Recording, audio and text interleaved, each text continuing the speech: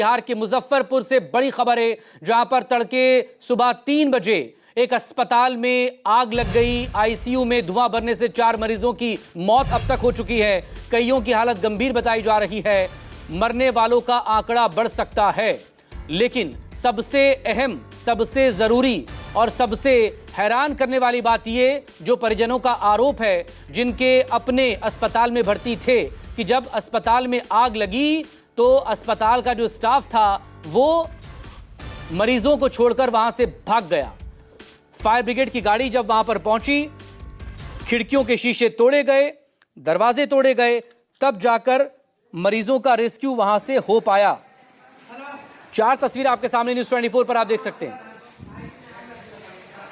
Fire officer से बात की हमारे संवाददाता अमिताभ ओझा ने। हमारे साथ मुजफ्फरपुर में जो चार्ज में है डिस्ट्रिक्ट फायर अफसर फैज आलम साहब, उनसे वजह सर क्या घटनाक्रम सामने आया? प्रसाद हॉस्पिटल में आग लगने की घटना की सूचना मिली। हमारे टीम के लोग 4 बजे पहुंच गए। 3:55 में हमको सूचना मिली थी। 4 बजे हमारी पहली टीम पहुंची। पहुंचने के बाद इन लोगों ने देखा कि 5th फ्लोर पे आईसीयू में आग लगी हुई है। प्रथम दृष्टया में शॉर्ट सर्किट से आग लगने का कारण ही समझ में आया है। उसके बाद आईसीयू में कुछ धुआं था, इन लोगों ने धुआं को निकालने का प्रयास किया और जितने लोग फंसे हुए थे, जितने लोग आईसीयू में एडमिट थे, सभी लोगों को सफलतापूर्वक, कितने लोग एडमिट थे? लगभग 20 से 22 लोगों को हम लोगों ने रेस्क्यू करके नीचे पहुंचाया है, 5th फ्लोर से नीचे तक। कैजुअलिटी कितनी? कैजुअलिटी के बारे में स्पष्ट तो जिला पदाधिकारी महोदय ने बताया है, क्योंकि हम लोग रेस्क्यू का कार्य कर रहे थे और उसके बाद उसको प्रशासन द्वारा डिफरेंट हॉस्पिटल्स में शिफ्ट कराया जा रहा था।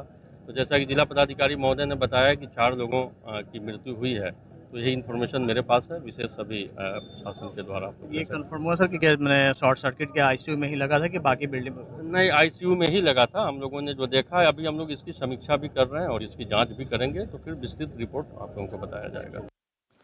अमिताभ ओझा मेरे सहयोगी इस वक्त मुजफ्फरपुर से हमारे साथ जुड़ गए। अमिताभ, हर अधिकारी के बयान अलग क्यों आ रहे हैं मौत के आंकड़ों के मामले को लेकर? डीएम कह रहे थे 3 हैं, एसपी कह रहे थे 4 हैं, अब बताया जा रहा है कि 5 हो चुके हैं। सुबह के वक्त में जो स्पॉट पर पहुंचे थे फायर ऑफिसर, उन्होंने उस वक्त कहा था कि 10 से 12 बॉडीज को हमने यहां से भेजा है, कुछ का रेस्क्यू करके दूसरे अस्पताल में शिफ्ट किया गया है। तो क्या अभी तक यही तय नहीं हो पा रहा है कि अस्पताल में मरीज कितने भर्ती थे, कितने सही सलामत बचे हैं, कितनों की जान चली गई है? हाँ बिल्कुल मकसूद, ये कंट्राडिक्ट तो हमेशा सुबह से ही आ रहा है। जब फायर सर्विस के अधिकारी जब सबसे पहले जिन्होंने बयान दिया तो उन्होंने कहा था कि 10 से 12 आईसीयू से कैजुअलिटीज हुई हैं। हालांकि उन्होंने बाद में बयान से वो पलट भी गए। तो उनका कहना था कि जो क्रिटिकल थे स्थिति में, वहाँ से सीधे उनका जो रेस्क्यू था उसको करने में वो लगे हुए थे। इस कारण से वो ये नहीं देख पाए कौन कैजुअलिटी की मौत हो चुकी है, कौन क्रिटिकल स्थिति में है। फिलहाल जो अभी तक आधिकारिक पुष्टि हुई है उससे 5 हुई, लेकिन सुबह से ही एक बात अधिकारी भी कर रहे हैं और हम लोग देख भी रहे हैं कि जो दूसरे हॉस्पिटल में मरीज को रेफर जो किया गया है उनमें भी कई की स्थिति गंभीर बनी हुई है और अभी भी उनकी स्थिति नाजुक बनी हुई है। कुछ को पटना रेफर किया गया है, जबकि अभी भी कुछ सदर हॉस्पिटल, कुछ प्राइवेट हॉस्पिटल में भर्ती है। तो ये आंकड़ा अभी और भी बढ़ सकता है, क्योंकि जो जिस स्थिति में टोटल 22 जो मरीज थे वो भर्ती थे आईसीयू में और उन 22 को निकाला गया था और आईसीयू में जो क्रिटिकल मरीज थे वो इस स्थिति में नहीं थे कि वो बाहर भाग सकें, क्योंकि जैसा कि मरीज के परिजनों ने भी साफ में बताया है कि जो जब घटना घटी उसके बाद जो वहाँ गार्ड थे, जो मेडिकल जो स्टाफ थे, वो सारे भाग गए थे। किसी तरीके से वो लोग नीचे आए। उसके बाद देखिए आपको दिखाते हैं कि किस तरीके से वहाँ पर जो आईसीयू का जो शीशा था उससे चूंकि गैस जब ऑक्सीजन जो ब्लास्ट होने लगे और उसके बाद वहाँ पर धुआं फैलने लगा, तो उन लोगों ने ऊपर से शीशा तोड़ा। जो अभी भी शीशा यहाँ बिखरा हुआ, हालांकि उसे बहुत कुछ हद तक साफ किया गया, लेकिन शीशे के कण अभी भी हैं। जो शीशा तोड़ा उसके बाद धुआं बाहर आया, नहीं तो और भी ज्यादा स्थिति खराब हो सकती थी। पूरे हॉस्पिटल में आग फैल सकती थी और दम घुटने लगा था उन लोगों का। तो फिलहाल ये अभी तक जो ऑडिट भी, जो फायर ऑडिट की बात आ रही थी, तो उसमें भी डीआईजी पहुंचे थे, वो भी बोल रहे हैं कि भी जांच चल रही है।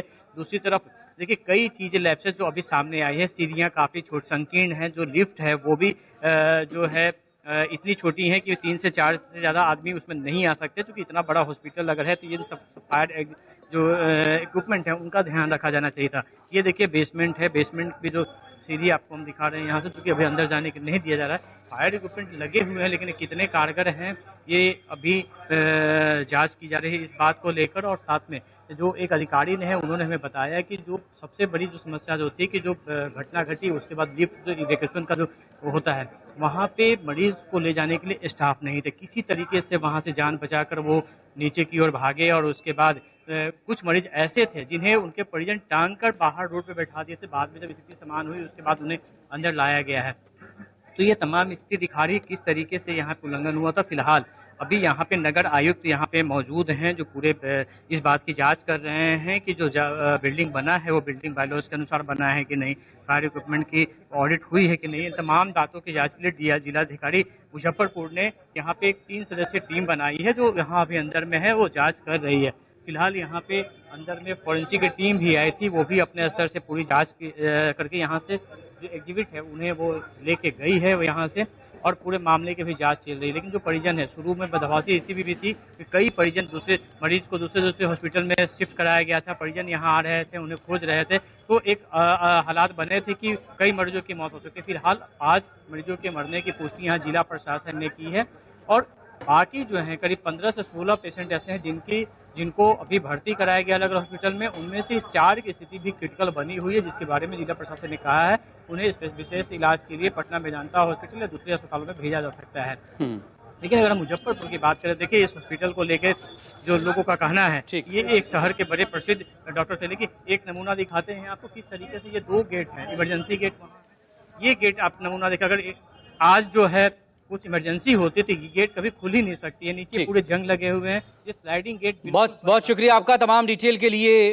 अमिताभ नजरें बनाए रखिएगा। तो यहाँ भी फायर कंट्रोल सिस्टम काम नहीं कर रहा था, इमरजेंसी गेट बंद था, अस्पताल का स्टाफ वहां से भाग गया था, दम घुटने से लोग मर गए हैं।